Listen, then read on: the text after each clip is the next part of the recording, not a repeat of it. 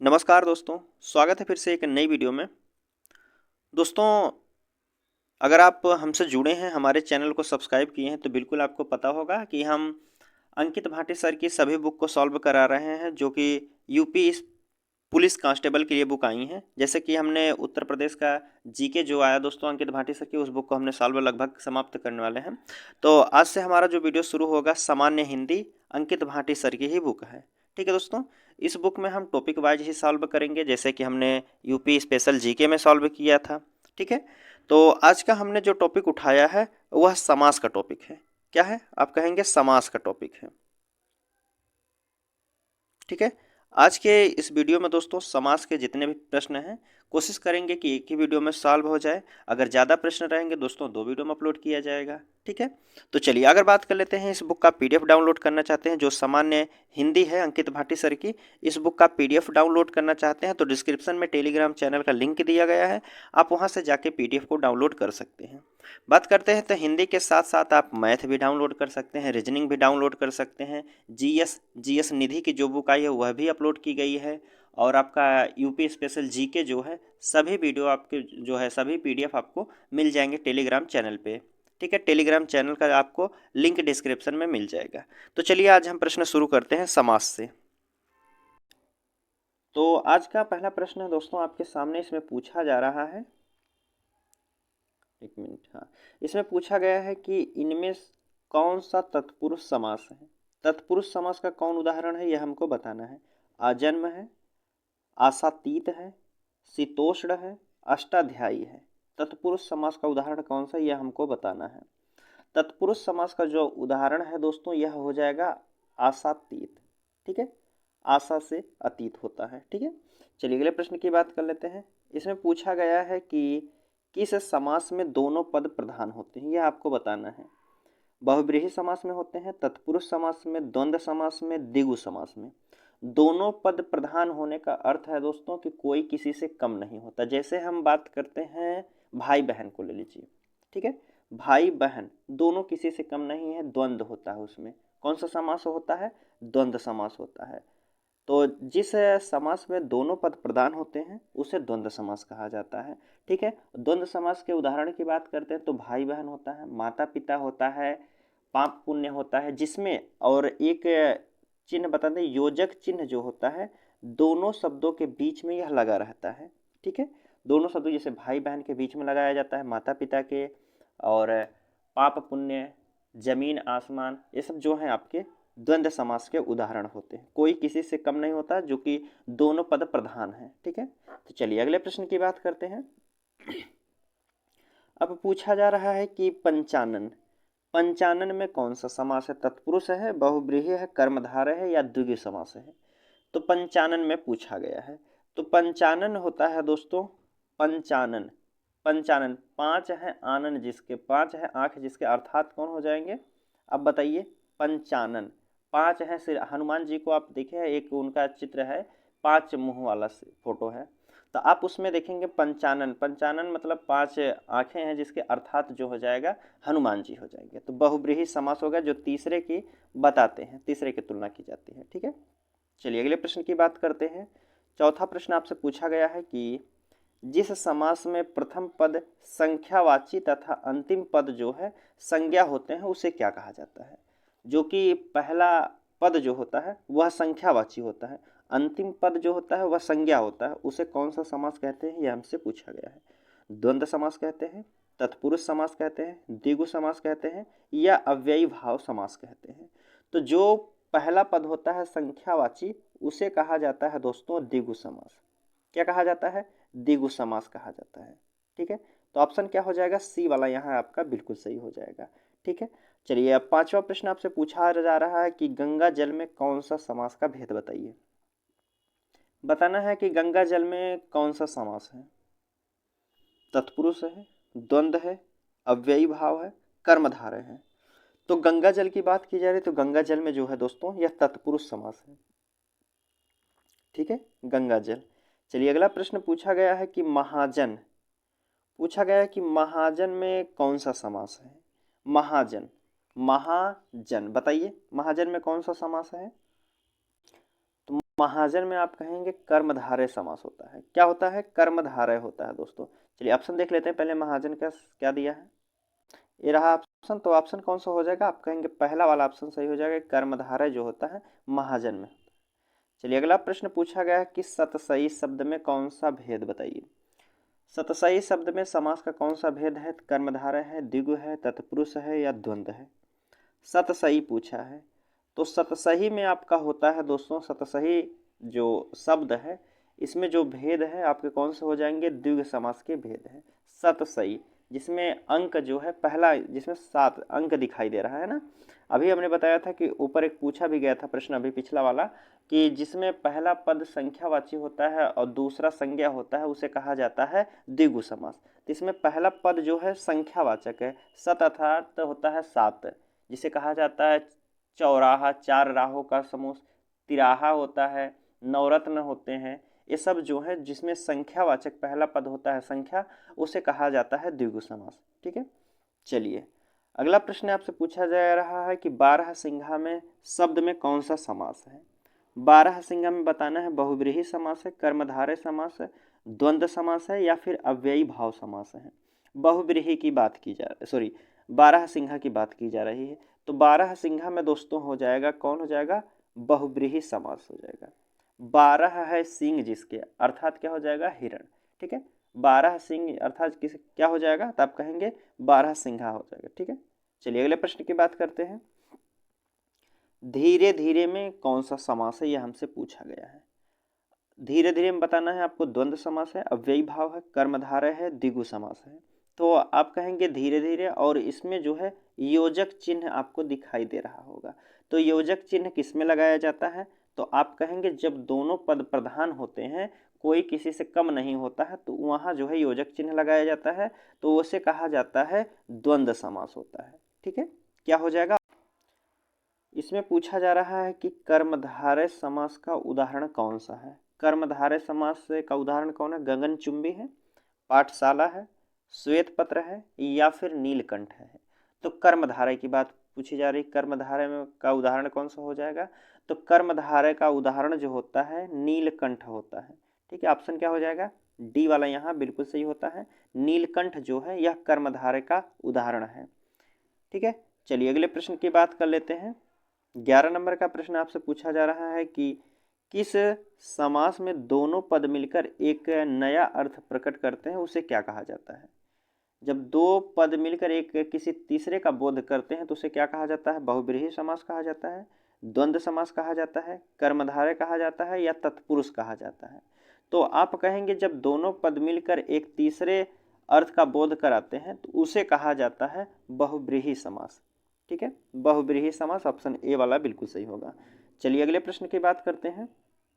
12 number के प्रश्न में पूछा जा रहा है कि जिसमें कोई पद प्रधान नहीं होता है तथा अन्य अर्थ प्रधान होता है, वहाँ कौन सा होता है। जब दोनों पद प्रधान नहीं होते, किसी तीसरे का बोध कराते हैं, तो वहाँ कौन सा समास है, यह हमसे पूछा गया है। कर्मधारय समास होता है, अव्ययी भाव समास, तत्पुरुष समास या फिर बहुव्रीहि समास होता है। जब किसी तीसरे का बोध कराया जाता है, कोई तीसरा प्रधान होता है, तो उसे कहा जाता है अव्ययी भाव समास। ठीक है, ऑप्शन डी वाला यहाँ बिल्कुल सही होगा। चलिए 13 नंबर का प्रश्न आपसे पूछा जा रहा है कि गौशाला, गौशाला में कौन सा समास है, यह हमसे पूछा गया है। ऑप्शन में दिया गया है द्विगु समास है, द्वंद्व समास है, तत्पुरुष है या फिर अव्ययी भाव समास है। गौशाला, गौ के लिए शाला अर्थात गाय के लिए घर, जिसमें गौ के लिए शाला होता है, तो अर्थात कहेंगे आप तत्पुरुष समास हो गया।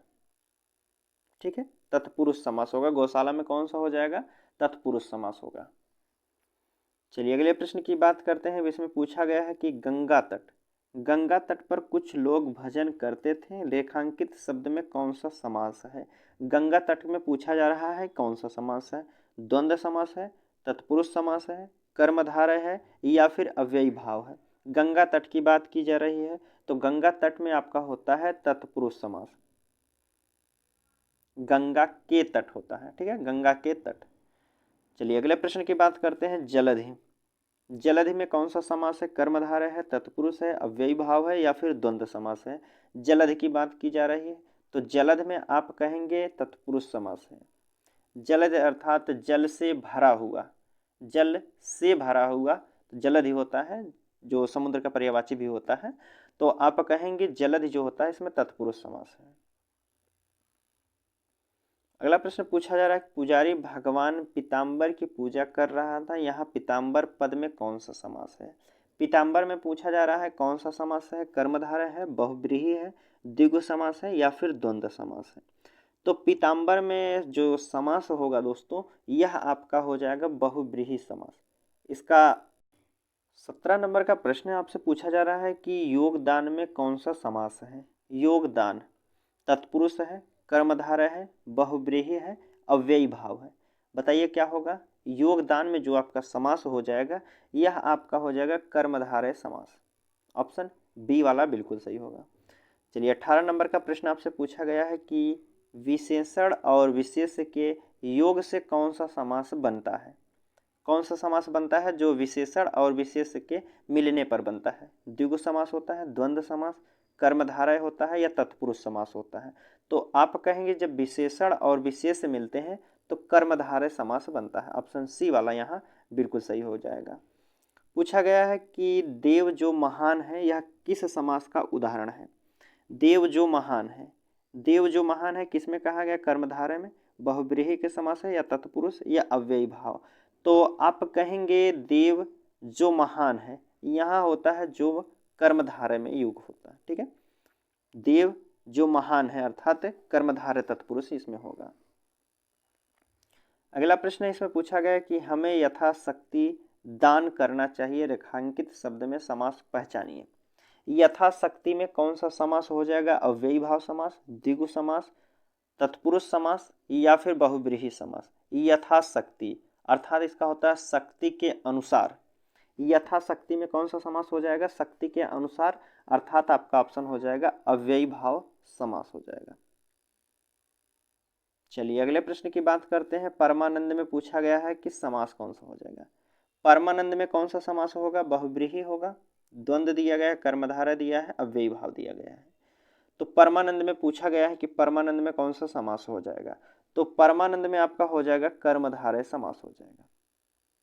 ठीक है, चलिए अगले प्रश्न की बात करते हैं। इसमें पूछा जा रहा है कि मैं श्री रामचंद्र जी के चरण कमल की वंदना करती हूँ, रेखांकित शब्द में कौन सा समास है? चरण कमल में कौन सा समास है आपको बताना है। ऑप्शन दिया गया है कर्मधारय है, द्विगु समास है, द्वंद्व समास है, अव्ययी भाव समास है। चरण कमल, तो चरण कमल में जो समास हो जाएगा यह आपका कर्मधारय समास होता है। ऑप्शन ए वाला यहाँ बिल्कुल सही हो जाएगा। अब आपसे पूछ रहा है कि निम्नलिखित में से कौन सा समास नहीं है। चलिए देख लेते हैं ऑप्शन। ऑप्शन में आपको दिया गया है विभाव समास, कर्मकारक समास, द्वंद्व समास, बहुव्रीहि समास। तो समास का कौन सा भेद नहीं होता? आप कहेंगे कर्म कारक कोई समास नहीं होता है। ऑप्शन बी वाला यहाँ बिल्कुल सही हो जाएगा। पूछा गया है कि चरण कमल में समास कौन सा है? अभी ऊपर एक प्रश्न पहले भी आया था, तो चरण कमल में कौन सा समास हो जाएगा? तो आप कहेंगे यहाँ जो समास हो जाएगा कर्मधारय समास होता है चरण कमल में। अगला प्रश्न आपसे पूछा गया है कि किस समास में दोनों पद प्रधान होते हैं? किस समास में दोनों पद प्रधान होते हैं? बहुव्रीहि में, तत्पुरुष में, द्वंद्व समास में, द्विगु समास में। तो दोनों पद जो प्रधान होते हैं यह आपके द्वंद्व समास में होते हैं। ऑप्शन सी वाला यहाँ बिल्कुल सही होगा।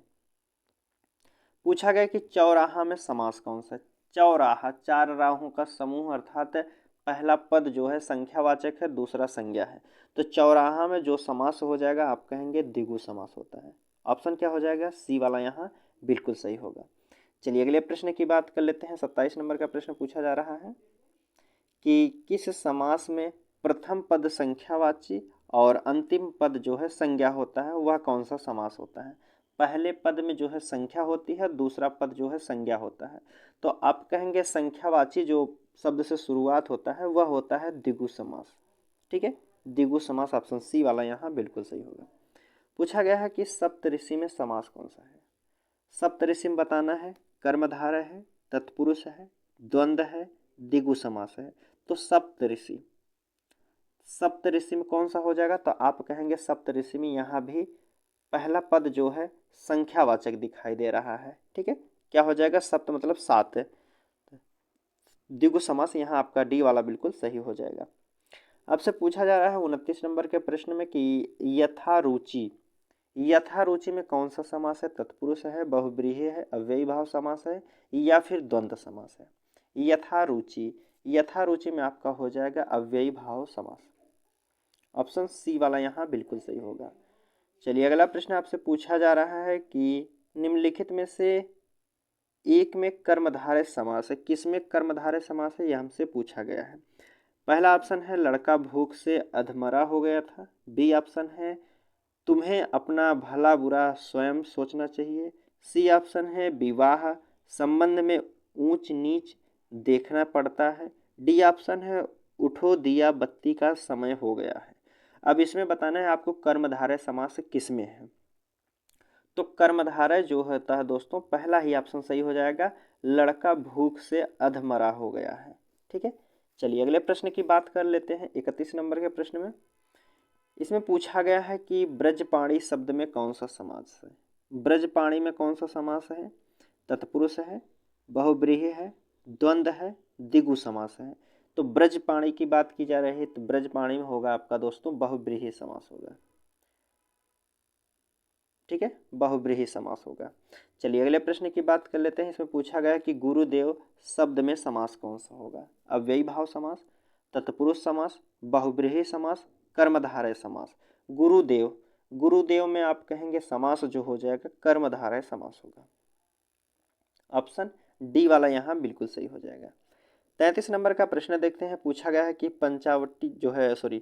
पंचवटी शब्द में समास कौन सा होगा? बताइए, बहुव्रीहि होगा, कर्मधारय होगा, द्वंद्व होगा या फिर द्विगु होगा? तो हमने बताया कि पहला पद अगर संख्या दिख रहा है पंचदिश में बताया जा रहा है, 5 से संकेत किया गया है, 5 से, तो आप कहेंगे पहला पद संख्यावाचक है तो द्विगु समास हो जाएगा। ऑप्शन डी वाला यहाँ बिल्कुल सही हो जाएगा। पूछा गया है कि सुनीता के बच्चे घास भूस की तरह बढ़ रहे हैं। उपयुक्त वाक्य में जो है घास भूस शब्द में कौन सा समास है?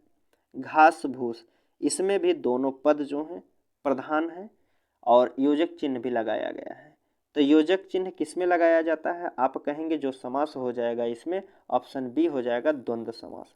कोई किसी से कम नहीं होता, योजक चिन्ह जहाँ लगा रहता है वहाँ आपका जो है द्वंद्व समास होता है। और आज का अंतिम प्रश्न देखेंगे, लास्ट प्रश्न रहेगा दोस्तों 35 नंबर का। निम्नलिखित में से शब्दों में से कौन सा शब्द बहुव्रीहि समास का उदाहरण है? इनमें से कौन सा एक उदाहरण है जो बहुव्रीहि समास का है? शूलपाणी है, यथाक्रम है, हसमुख है, हथकड़ी है। तो बहुव्रीहि समास का जो उदाहरण है दोस्तों, आपका पहला ही ऑप्शन सही हो जाएगा, शूलपाणी। ठीक है, शूलपाणी ऑप्शन ए वाला यहाँ बिल्कुल सही हो जाएगा। तो आज का प्रश्न दोस्तों हम यहीं तक समाप्त करते हैं और बाकी समास में काफ़ी प्रश्न दिए गए हैं, आगे भी प्रश्न दिया गया है। अगर आपको पार्ट 2 चाहिए समास का तो आप कमेंट कीजिएगा, हम पार्ट 2 भी वीडियो अपलोड कर देंगे। बाकी कल का जो वीडियो रहेगा समास के बाद हम कोई और एक टॉपिक स्टार्ट करेंगे। ठीक है, तो चलिए दोस्तों, उम्मीद करता हूँ सभी प्रश्न आपको समझ में आए होंगे। मिलते हैं आपसे अगले वीडियो में, तब तक के लिए धन्यवाद दोस्तों।